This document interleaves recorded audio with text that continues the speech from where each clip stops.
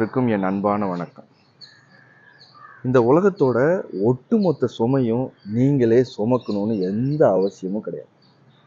அதுமாரி யாராலையும் சுமக்க முடியாது.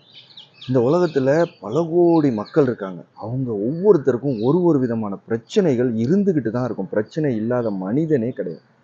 ஆனா இந்த பிரச்சனைகள் இப்போது என்ன ஆகுதுன்னா, இப்ப இருக்கிற காலத்துல சோசியல் மீடியா பலவிதமான நியூஸ் சேனல்ஸு, எல்லா மொழிகள்லையும் நியூஸ் சேனல், எல்லா நாட்டு நியூஸ் சேனல்ஸையும், எல்லா நாட்டு சேனல்களையும், எல்லா நாட்டு டிவிகளையும், எல்லா நாட்டு செய்திகளையும் நாம தெரிஞ்சுக்க முடியறதுனால, நம்மளுக்கு இதெல்லாம் நம்மளுடைய காதுக்கு வருது. அதனால என்ன நினைக்கிறோம், நம்ம ரொம்ப துயரப்படுறோம். ஒரு பிரச்சனை ஒருத்தருக்கு வருது, அப்படி ஒரு தனிப்பட்ட மனிதனுக்கு வந்தாலும் சரி, ஒரு சமுதாயத்துக்கே வந்தாலும் சரி, ஒரு ஊருக்கே வந்தாலும் சரி, ஒரு நாட்டுக்கே பிரச்சனை வந்தாலும் சரி, நாம அதை நம்மளுக்கே வந்தது மாதிரி உணர்ந்து, அது ஹியூமன் நேச்சர், அது ஒன்றும் பண்ண முடியாது.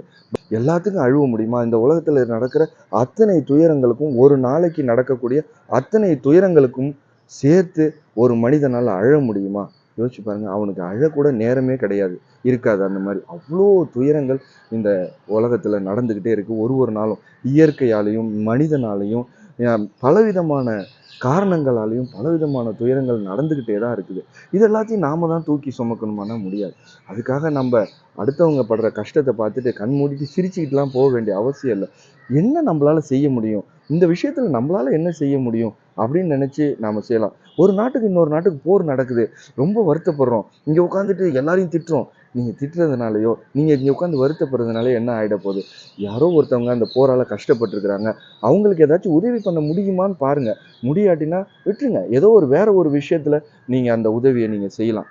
அதே மாதிரி தான் எல்லா பேர்டனையும் நீங்க சுமக்கணும்னு அவசியமே கிடையாது. ஒரு ஒரு பெரிய இயற்கை பேரிடர் நடக்குது. அந்த பேரிடர் நடந்துட்டேன்னு சொல்லிட்டு உட்காந்து அழுதுகிட்டே இருக்க முடியுமா? அந்த பேரிடர்ல பாதிக்கப்பட்டவங்களுக்கு உங்களால ஆன ஒரு உதவியை எப்படியாச்சும் நம்ம செய்ய முடியுமா?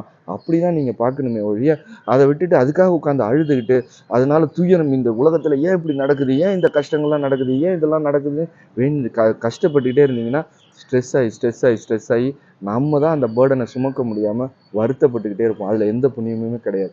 முடிஞ்சா உங்களுக்கு ஒரு சின்ன உதவி, ஒரு ₹100 காசு அந்த ரிலீஃப் ஃபண்டுக்கு உங்களால அனுப்ப முடிஞ்சதுன்னா, அது உங்களுடைய மனித தன்மையை குறிக்குது.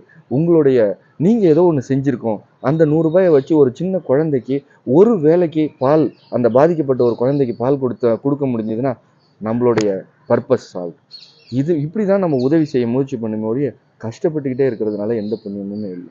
சிந்தித்து செயல்படுங்கள். அனைவருக்கும் வணக்கம். வாழ்க வளமுடன்.